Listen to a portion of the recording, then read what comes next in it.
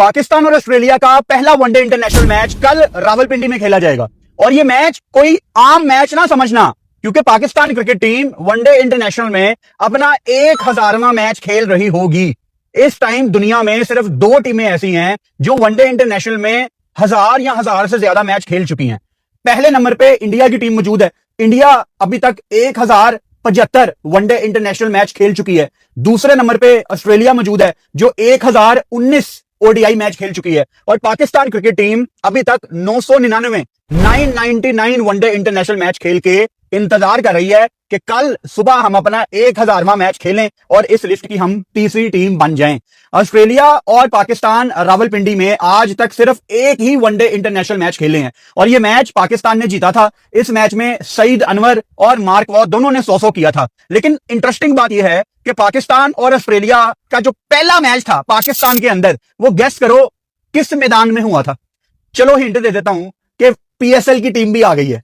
अब होप्स हो कि वो अपना ग्राउंड रेडी कर सकें अगले सीजन के लिए। आप में से काफी लोग पहुंच गए होंगे। Yes, I am talking about Hyderabad. Pakistan और ऑस्ट्रेलिया का जो पहला मैच पाकिस्तान की सरजमीन के ऊपर खेला गया था वो हैदराबाद ने होस्ट किया था। न्याज स्टेडियम हैदराबाद, जो कि तरसती हुई निगाहों से देख रहा है पाकिस्तान क्रिकेट बोर्ड। हमारी तरफ भी देख लो। अब इस ग्राउंड में एक इतना बड़ा रिकॉर्ड बना हुआ है कि आप उसको इग्नोर कर ही नहीं सकते। क्या आप जानते हैं कि पाकिस्तान क्रिकेट टीम के पास एक इतना बड़ा रिकॉर्ड है कि उसके बगैर हिस्ट्री लिखी नहीं जा सकती क्रिकेट की। वनडे इंटरनेशनल की जो पहली हैट्रिक थी, the first ever hat trick in the history of ODI cricket is from Pakistan. Pakistan के फॉर्मर क्रिकेटर जलालुद्दीन साहब ने हैदराबाद में ऑस्ट्रेलिया के खिलाफ वनडे इंटरनेशनल की हिस्ट्री की पहली हैट्रिक कंप्लीट की थी। उनकी हैट्रिक में जो तीसरा प्लेयर था ना, जो बॉलर जिसको बेसिकली उन्होंने आउट किया था, वो जेफ लॉसन था, जो आपके कोच भी रह चुके हैं। सो हैदराबाद वो पहला ग्राउंड है जहां ऑस्ट्रेलिया ने पहली दफा आके वनडे क्रिकेट पाकिस्तान की मट्टी में खेली थी। रावलपिंडी की तरफ अगर हम वापस आ जाएं तो रावलपिंडी में सबसे ज्यादा रन अगर किसी टीम ने किए हुए हैं वो पाकिस्तान ही है, 337। And interestingly Haris Rauf Rawalpindi cricket stadium में हाईएस्ट विकेट टेकर है। वकार यूनुस से भी ज्यादा विकेटें ली हुई हैं।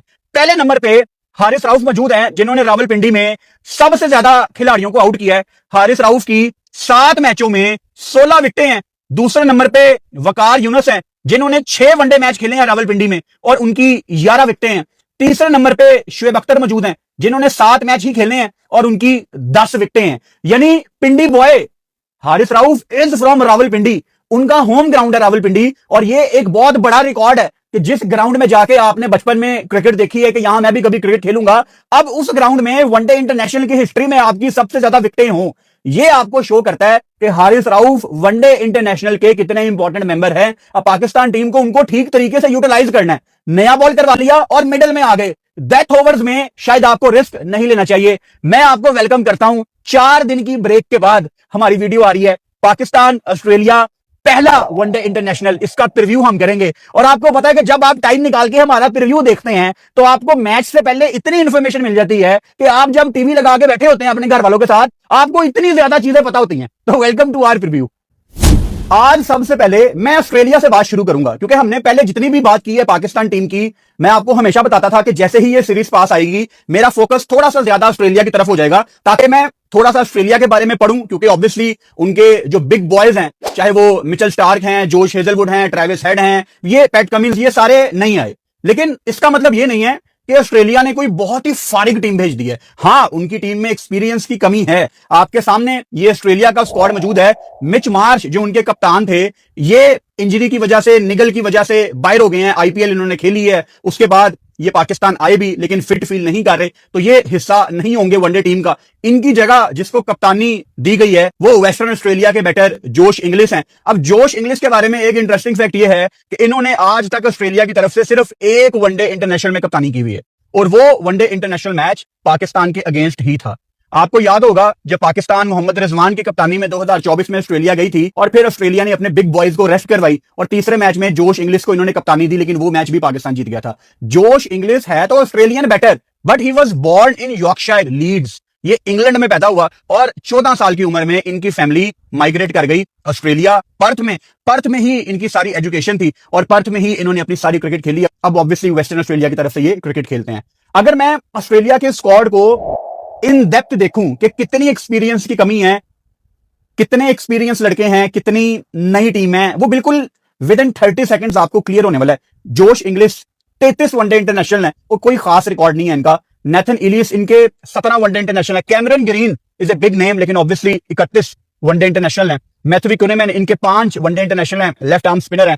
मार्नस लबुशेन हैदराबाद किंग्समैन की जान मान शान, ये इनके दूसरे नंबर पे सबसे ज्यादा तजर्बाकार खिलाड़ी हैं मैचों के लिहाज से। इस स्क्वाड की अगर मैं बात करूं 66 वनडे इंटरनेशनल मार्नस ने खेले हुए हैं। फिर राइली मैड्रिक हैं जो कि आपकी पाकिस्तान सुपर लीग में भी आए हुए थे, इनका सिर्फ एक ही वनडे इंटरनेशनल है, इन्होंने 2021 में खेला हुआ था। यानी फास्ट बॉलिंग के ऊपर मुझे डाउट है। फिर ओली पीक है, अनकैप्ड प्लेयर हैं, और ओली पीक, ओलिवियर पीक इनका पूरा नाम है।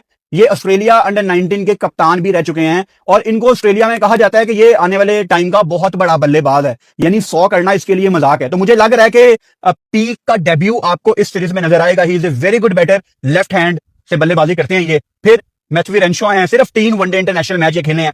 और इसके बाद तनवीर सांगा हैं, लेग स्पिनर, हमने इनको बिग बैश में बहुत ज्यादा देखा है, इनके सिर्फ 4 वनडे इंटरनेशनल मैच हैं। फिर लियाम स्कॉट हैं, ये भी अनकैप्ड हैं, राइट आर्म फास्ट बॉलर हैं। सो फास्ट बॉलिंग में ऑस्ट्रेलिया हल्की है। मैथ्यू शॉर्ट हैं, 18 वनडे इंटरनेशनल मैच, और ऑस्ट्रेलिया का मीडिया भी इनके ऊपर बहुत ज्यादा आजकल सख्ती कर रहा है कि बड़ी परफॉर्मेंसेस चाहिए। सुबह मैं एक आर्टिकल पढ़ रहा था इनके बारे में। फिर बिली स्टैनलिक हैं, 7 वनडे इंटरनेशनल मैच इन्होंने खेले हैं, और ये 7 साल के बाद कोई वनडे इंटरनेशनल मैच खेल रहे हैं। यानी एक फास्ट बॉलर ऑस्ट्रेलिया भेज रहा है जिसका एक वनडे मैच है, दूसरा फास्ट बॉलर ऑस्ट्रेलिया भेज रहा है जो डेब्यू नहीं अभी तक जिसने किया, और जो तीसरा फास्ट बॉलर है वो 7 साल के बाद कमबैक कर रहा है। यानी फास्ट बॉलिंग में जितने रन आप पाकिस्तानियों कर सकते हो ना, कर लो। इनकी फास्ट बॉलिंग बिल्कुल फर्क है। उसके बाद इनकी टीम में मुझे एडम ज़ैम्पा नजर आ रहे हैं जो कि इस स्क्वाड के सबसे सीनियर खिलाड़ी हैं, 116 वनडे इंटरनेशनल मैच खेले हैं। और एडम ज़ैम्पा ऐसे ही पाकिस्तानी मजेदार वीडियो देखने के लिए चैनल को लाइक एंड सब्सक्राइब करें। धन्यवाद।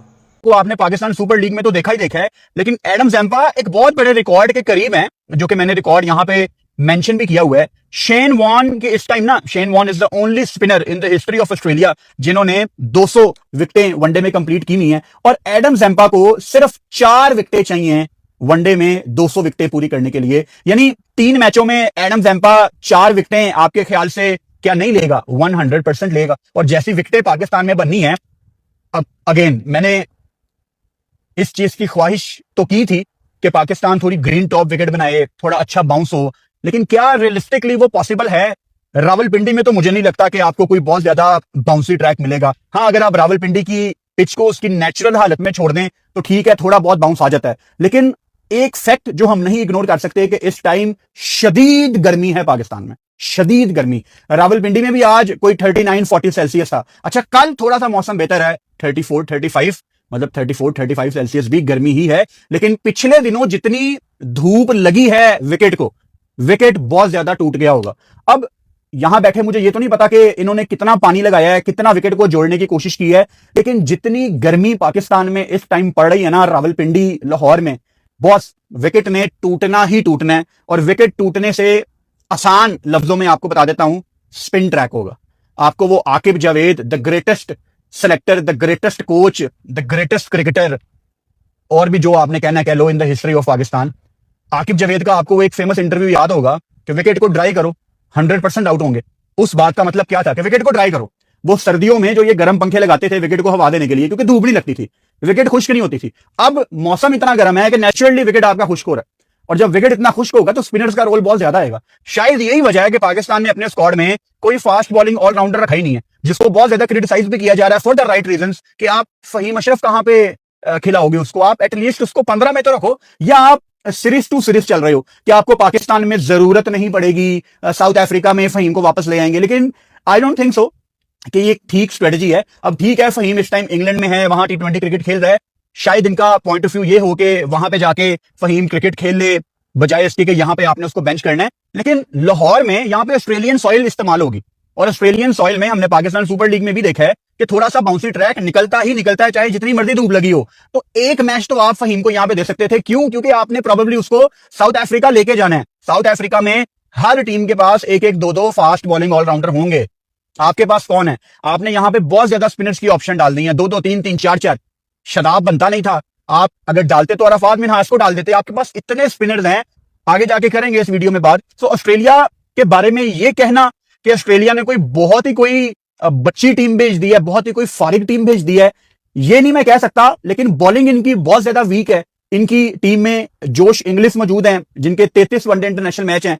आईपीएल में ठीक फॉर्म में 350 करके आ रहे हैं, 5-6 मैच इन्होंने खेले हैं, वहां पे इन्होंने अच्छी बारी लगाई है। सो हमारी एशियन कंडीशंस के साथ फिलहाल उन्होंने अडेप्ट किया हुआ खुद को। फिर इनकी टीम में नीचे कैमरन ग्रीन भी हैं, मार्नस लबुशेन भी हैं, मैट रेंशॉ हैं जो कि अच्छी बल्लेबाजी कर सकते हैं, मैथ्यू शॉर्ट हैं। सो 3-4 प्लेयर्स के इर्द गिर्द इनकी टीम घूमेगी, लेकिन डेफिनेटली फर्क तो पड़ेगा। मतलब ट्रेविस हेड नहीं है, जोश हेजलवुड नहीं है, पैट कमिंस नहीं है, मिचेल स्टार्क नहीं है। इन सब को जब आप डालेंगे ऑस्ट्रेलिया की टीम के अंदर तो एकदम से इनकी टीम में जान आ जाएगी। इनकी टीम पाकिस्तान को हिलने भी नहीं देगी। ये नहीं हम कह सकते कि ऑस्ट्रेलिया ने कोई बहुत ही फारिग टीम भेजी है, लेकिन इनकी स्ट्रेंथ इनकी बल्लेबाजी होगी। और वनडे में अगर 2 बल्लेबाज चल जाएं तो मेरा ख्याल है पाकिस्तान की हिस्ट्री ऐसी है कि पाकिस्तान के लिए वो 2 बल्लेबाज ही काफी हैं। अगर पाकिस्तान टीम यहां पे 300 350 वाली क्रिकेट नहीं खेलेगी इतनी हल्की बॉलिंग लाइनअप के अगेंस्ट, तो मैं बहुत ज्यादा सरप्राइज होऊंगा। शहीन शाह अफरीदी आपके वनडे के कप्तान है फिलहाल। उन्होंने पाकिस्तान को वनडे इंटरनेशनल मैचों में 8 दफा लीड किया है और 8 में से 5 मैच शहीन शाह अफरीदी जीते हैं, जो कि बहुत अच्छा रिकॉर्ड है।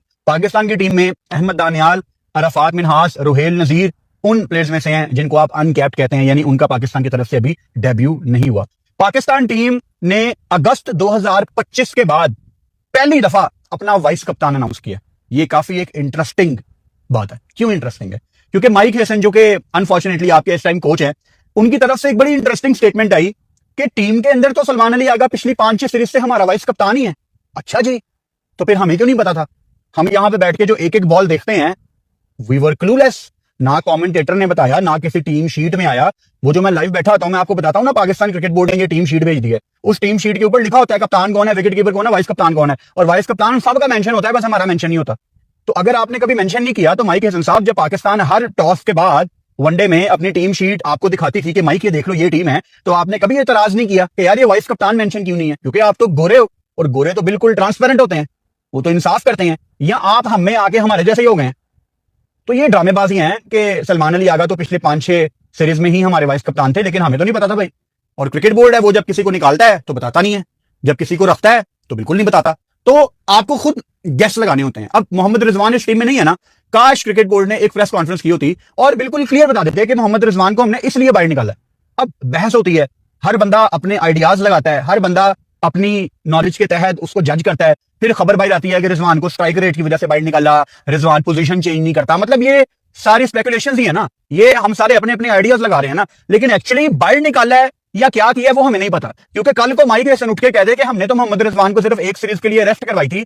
अल्लाह ना करे, जो भी आपका विकेट कीपर खेलता है यंगस्टर, वो 3 में से 3 मैचों पे 0 पे आउट हो जाता है, अल्लाह ना करे, तो माइक हेसन तो उठ के कह देगा कि हमने तो रिजवान को रेस्ट कराई थी। तो आप और मैं क्या कर लेंगे? इसीलिए ये लोग ना सेफ खेलते हैं। एक क्रिकेटर ने आज से कोई 13-14 महीने पहले एक लफ्ज यूज किया कि माइक हेसन ना बहुत बड़ा सियासतदान है, मेरे से बात करते हुए। तो मुझे तब थोड़ा आइडिया नहीं हुआ था, लेकिन अब मैं समझ पा रहा हूं कि माइक हेसन क्यों सियासतदान है। वो हैगा चाहे न्यूजीलैंड का ही है, लेकिन वो पूरा सियासतदान ही है। और अगर Pakistan team, current Pakistan team का कोई प्लेयर ये वीडियो देख रहा है तो उसको फौरन से समझ आ गई होगी कि ये सियासतदान माइक हेसन को क्यों कहा जाता है ड्रेसिंग रूम में। एनीवेज, तो पाकिस्तान की टीम इस टाइम एक बहुत बड़ी खामी इस स्क्वाड में है। अब मैं आपसे पूछूं कि पाकिस्तान टीम का मुझे कोई मसला मसाइल बताओ, शायद 100 में से 90 लोग ना एक मसला आइडेंटिफाई करेंगे कि यार हमारा मिडिल ऑर्डर नहीं है। और इस सीरीज में भी हमने अपना मिडिल ऑर्डर बनाने के लिए कुछ नहीं किया। मिसाल के तौर पे आपका जो टॉप ऑर्डर है, ऊपर बैटिंग करने वाला, मास सदाकत, फरहान आपके opener, obviously Babar Azam, Salman Ali Agha 3-4 number पे आ जाएंगे। Shamil Hussain is an opener once again, ज्यादा से ज्यादा उसको ये 1 डाउन कर देंगे। सो मिडिल ऑर्डर आपका एक्चुअली है कौन? अच्छा, अब मिडिल ऑर्डर अगर बाबर आजम 1 डाउन खेल रहा है, या सलमान अली आगा 1 डाउन खेल रहा है, या सलमान अली आगा चौथे पे खेल रहा है, मतलब बाबर और आगा ये आपका मिडिल ऑर्डर नहीं है, ये टॉप ऑर्डर है। अगर बाबर नॉट आउट खेल रहा है, 5वें 6ठे नंबर के साथ उसकी बारी आ गई है, तो बाबर मिडिल ऑर्डर नहीं है, बाबर टॉप ऑर्डर ही है। या आगा अगर ऊपर खड़ा हुआ है और आपके नीचे 2-3 आउट हो गए हैं, तो आगा की जो पोजीशन है वो टॉप ऑर्डर की है। अब आपका मिडिल ऑर्डर क्या है इस सीरीज में? आपका मिडिल ऑर्डर है अब्दुल समद, आपका मिडिल ऑर्डर है गाजी। ऐसे ही पाकिस्तानी मजेदार वीडियो देखने के लिए चैनल को लाइक एंड सब्सक्राइब करें। धन्यवाद।